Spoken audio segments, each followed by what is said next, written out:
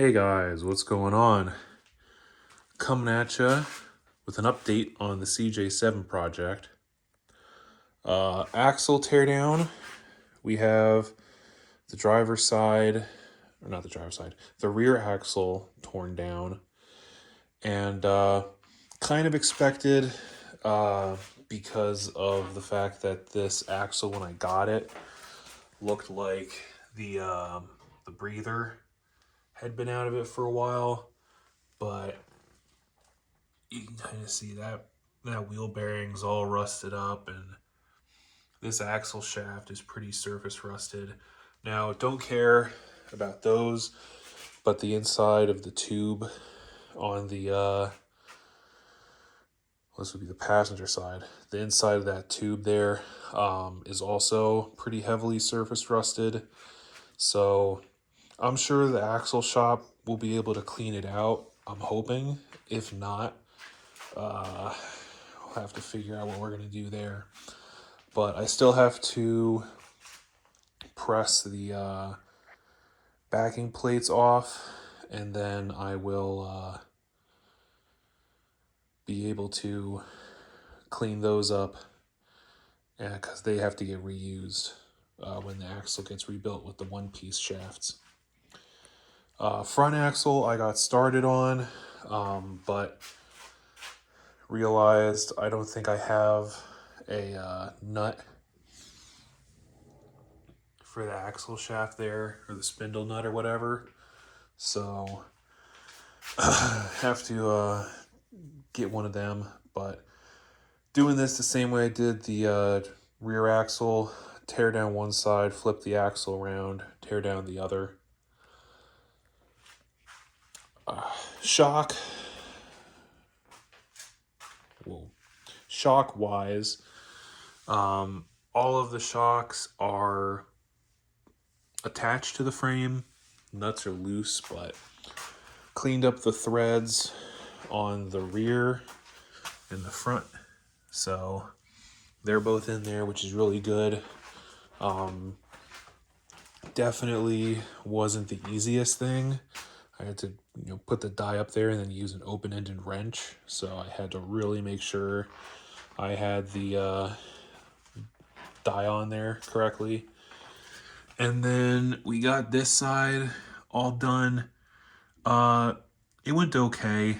It turns out the stud that the shock sits on, the threads weren't centered, like they were a bit higher than center on the stud from the factory. So when I cut it off, it was thinner here and thicker here, and the hole was up here, and I had to drill a 1/2-inch hole, and I did blow through in one spot, but I did a couple wraps of electrical tape. And hey, it is what it is. Figure most of the pressure is going to be pushing up, not down anyway. But there is, a new bolt going through the center, so it should be plenty strong. So the shocks are done. And then I've been really focusing on the tub and engine bay. So you can see, got a chrome antenna, got that stuck on. I think it's a Crown automotive one. It's okay, but there is definitely blemishes in the chrome, and it definitely looks like cheap aftermarket chrome. So, but it is what it is. It works. Roll bar. I got this roll bar pad, and I think it's a best top pad. It wasn't super hard to get on. That side went together super easy. But then when it came to trying to get this piece connected so you can run the zipper, you can kind of see it kind of wants to go up. This part is like up here, and it needs to be a little bit farther down. So it was a bit of a struggle, but got it done, and then everything else went together fine. But I don't know I can't say it's the roll bars problem because that side went together so easy. I think it just is an aftermarket bar that wasn't made quite right. So, front seat belts are in. These are, I think they're just Quadratech 3-point seatbelt kit, and I got a seatbelt kit for the back. Some things to note, they don't come with any of the hardware or bushings or anything for here. And the buckles that they had for the front belts actually worked better for the back. They were too short to run these stock seatbelt kind of holders that came off of my brother's YJ. So I put the rear ones on, and they are a lot better. They're a little long, but it's better than being too short. So those are done again with this tub, nut and bolted. Just drilled the hole through the floor. Matched pretty much where my brother's seatbelt bolts were. So the driver's side one might have gotten a little bit too far forward. I don't know. Or it could just be the plastic. But they're in. These are in. So now, I have fully functional 3-point belts. One thing, because I kind of had to make the seatbelts work, this side doesn't really swivel as well. I kind of had to find my own little bushing and then use a washer and a nut. So it is what it is. But at least they're in there. Rear speaker pods are in. You can see it better on that side. I think they're 9-inch speakers. Seems fine. There really wasn't that much padding in them. They come with they're supposed to come with fluff that you stick in the pods to keep the noise from reverberating around in the pod. But there was one little ball, and it was definitely not enough. So took an old toy and used the stuffing in that to fill them up more. And seems pretty good with the front pods and the speaker and the dashboard. System sounds pretty good. Honestly, though, I think these might have been overkill because seeing how all the sound is in one area, you can't really tell. I mean, you can obviously tell those are bumping, but it's not like you can say, oh, I can hear the backs going or anything, but they're there. I mainly got them for the cup holders, so.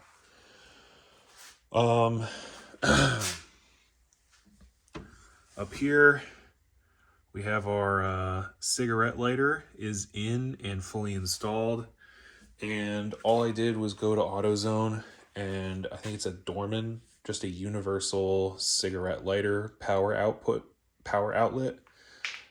They run the old style housings that these guys need, so pretty cheap, and just picked it up at the local AutoZone or Advanced Auto. So that's done.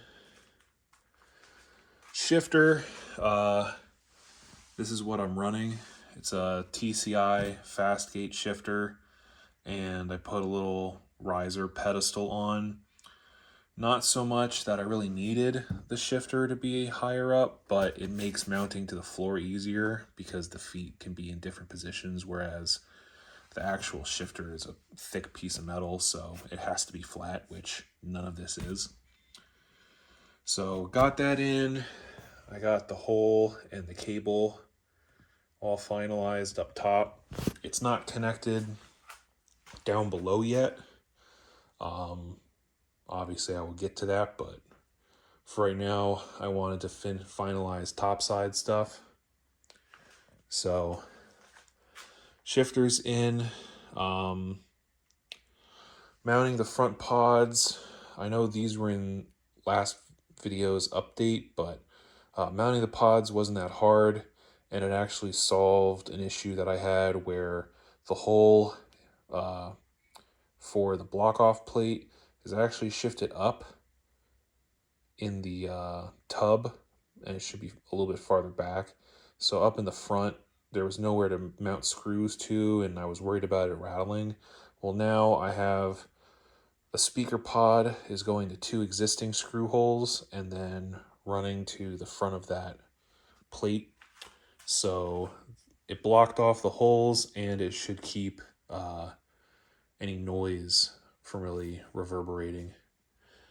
And then also for the rear speakers, on this side, I ran the wires just along with the taillight harness.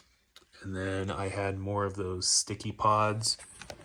So I ran the passenger side wiring along the tub like that. So that's all good. And then under the hood, everything is finalized. We have coolant is in the radiator, hanging out in there. Overflow, I got the overflow jug and washer jug put in, as well as a charcoal canister. The bracket I found on eBay. The charcoal canister is actually for a DeLorean, and they repop them for DeLoreans, and it's the same charcoal canister that you need, at least for the AMC 4.2s. So that was pretty sweet. I think the bracket was like $30, and the charcoal canister was about 100. But now that's in, and all of our evap lines are connected. Not the best, a lot of zip ties in here, but hey, it works. So the way it works, you'll have the hose up top actually tees off with your vacuum advance, because that's a ported line. The one below it is manifold vacuum, so that one on these Jeeps runs up into the back side of your PCV valve, and then the other side runs down to the manifold vacuum port on the carburetor. Your fuel bowl, that goes down to the charcoal canister, and then the hose from your fuel tank vent / rollover check valve. So that's all good to go. Since that was in, we could put our washer bottle in, and I added the coolant bottle. 79s would not have had this. This is later, 82 or something like that is when they put these in, but I just bought one for a CJ7 that would have come with it, and the only thing I had to do was drill these 2 holes and run nuts and bolts, because this one shares one of the washer bottle bolt holes. And all I did for that was I took a self-tapper and marked where I wanted it to be, and then used an electric ratchet and the self-tapper to drill the hole through the fender, and then I used a drill bit on this side to make the hole bigger, and then was able to nut and bolt it. And then hose, this is actually 5/16 fuel line, but if it works for fuel, it'll work for coolant. And I had to drill this hole out, and then you shove the hose in, and you want to make sure that you shove it down to almost the bottom. You know, you want it to be below the add mark, but you don't want it to be on the very bottom where it might eventually start sucking up sludge. So got that in, ran over to the radiator, zip tied. The hose is chilling there. There is zero room between the hose and the radiator to even get a zip tie, but it was a snug fit getting it on, so that should be fine. You can see here we have our our vacuum line for the brake booster hooked up. We have obviously our vacuum advance is hooked up. We have our fuel line and fuel filter, and all those hoses are all set up. And over here, the fuel pump is connected to our feed hose. I put a little inline filter there just to have something between the pump and the tank. I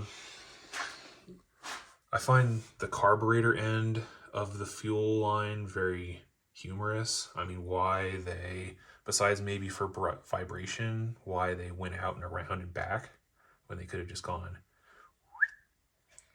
So, but yeah, it's a 2-piece hose, so you'll have the metal line that comes up, and then you'll have fuel hose in between the 2 parts with your fuel filter.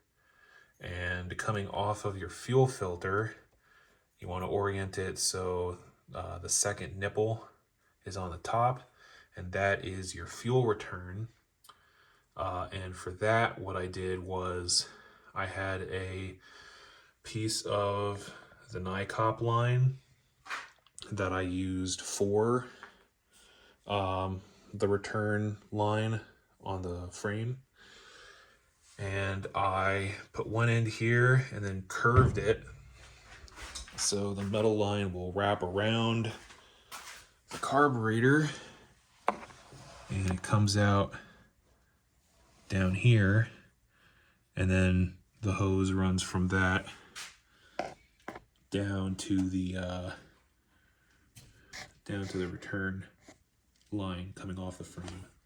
So that's all pretty trick. It's all secure, and yeah, it's a lot of work. Doesn't look like a lot, but it's a lot. I got an electric choke put on. Originally, this carburetor had the heat riser choke, but I don't have any of that equipment, so you can buy these electric choke elements. So stuck that on, ran our wire, and I actually used a similar technique. I ran the wire through some rubber hose and used the rubber hose as insulators. So you can see the wire comes down, goes through a piece of hose, goes through this piece of hose, and then up to our wire loom. And yeah, we got new PCV valve and new grommet, which was cool. Ordered them off Rock Auto, and they sent me like some cool vintage stuff.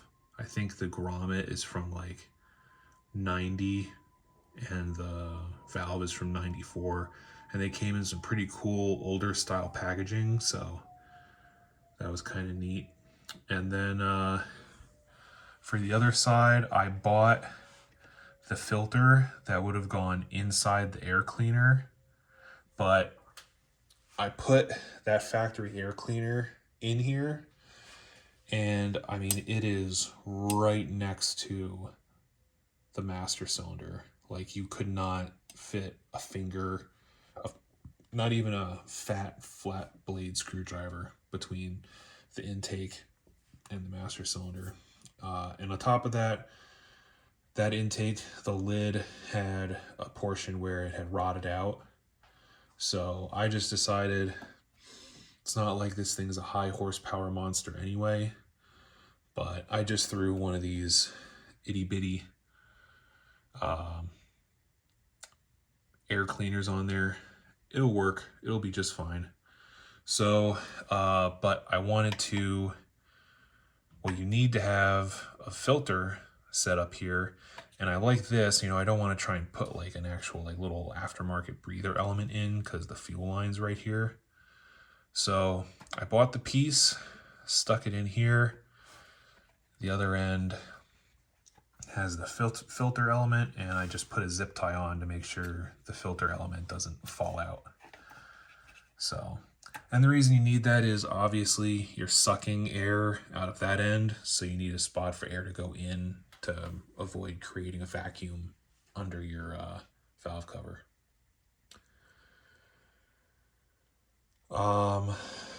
Also, over here we got our battery cables finalized, trimmed them down, put terminals on them.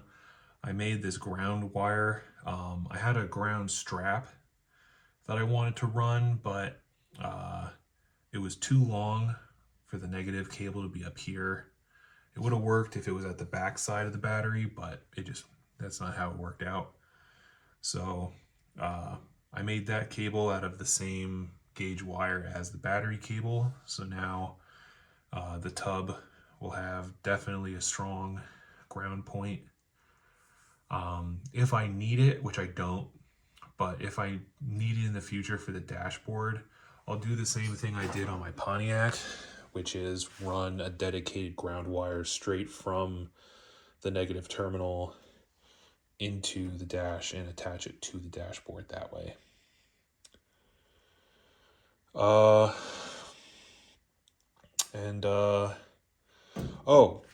big shout out to the little bro who I was talking about these body mounts, and like I was telling you guys before, you know, I was gonna have to go through and Dremel and cut those metal sleeves out. And he said, well, why don't you just put washers on it? So went online. You need washers where the hole is 15/16. And there you go. It might look a little janky, but I don't care how it looks. It works. So now we have it spaced out to where the bolt is securing and actually compressing the body a little bit on the actual rubber mounts. And then back here, I just drilled a hole and nut and bolted it, but same thing. So now our body mounts are actually body mounting. Now, if I could go back, I would have used the polyurethane mount kit that I bought, simply because it's not a 3-piece kit, it's 2 pieces. The top mount rubber and the bottom mount rubber, and the metal anti-crush portion is actually built into the top part, and it would have been so much nicer, but I didn't, and this is the solution we're going to go with. And I have that polyurethane kit, so in the future, if this tub comes off or if I have to change the body mounts, I already have what I'm going to go with and what I know is going to work. So big shout out to the little bro for coming up with that idea. Now, that pretty much wraps up the top side of the Jeep. I have a speedometer cable coming that I'm going to throw in when it shows up. And then the engine bay will be done. Hooking up the speedometer cable in the shifter.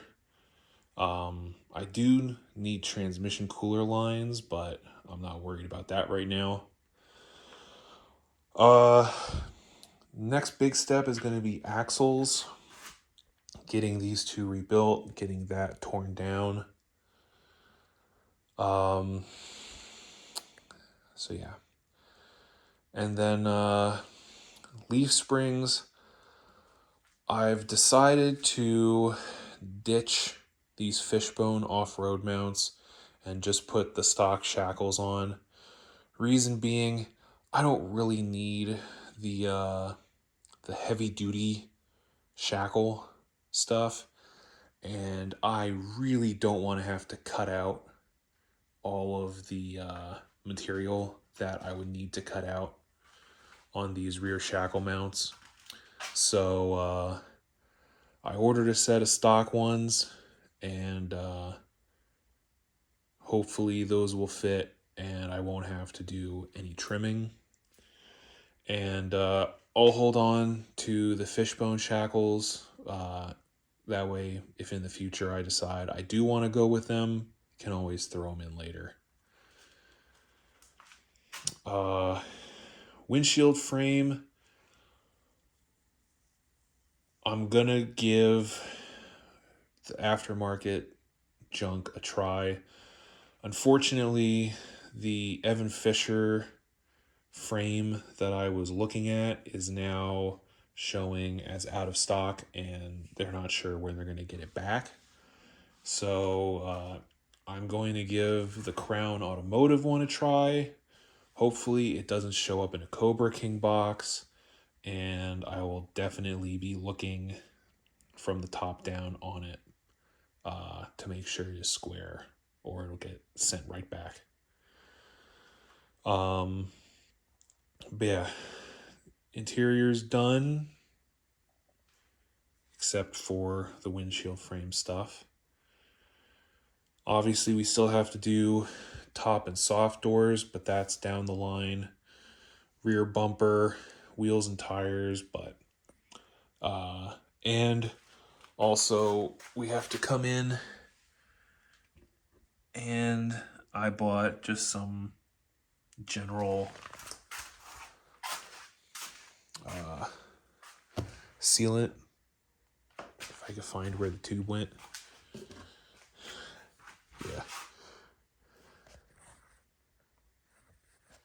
Yeah, I just bought this stuff from Home Depot. It's $8. The stuff that is labeled as automotive seam sealer is $30, and it's not that big of a deal to me for these Chinese fenders.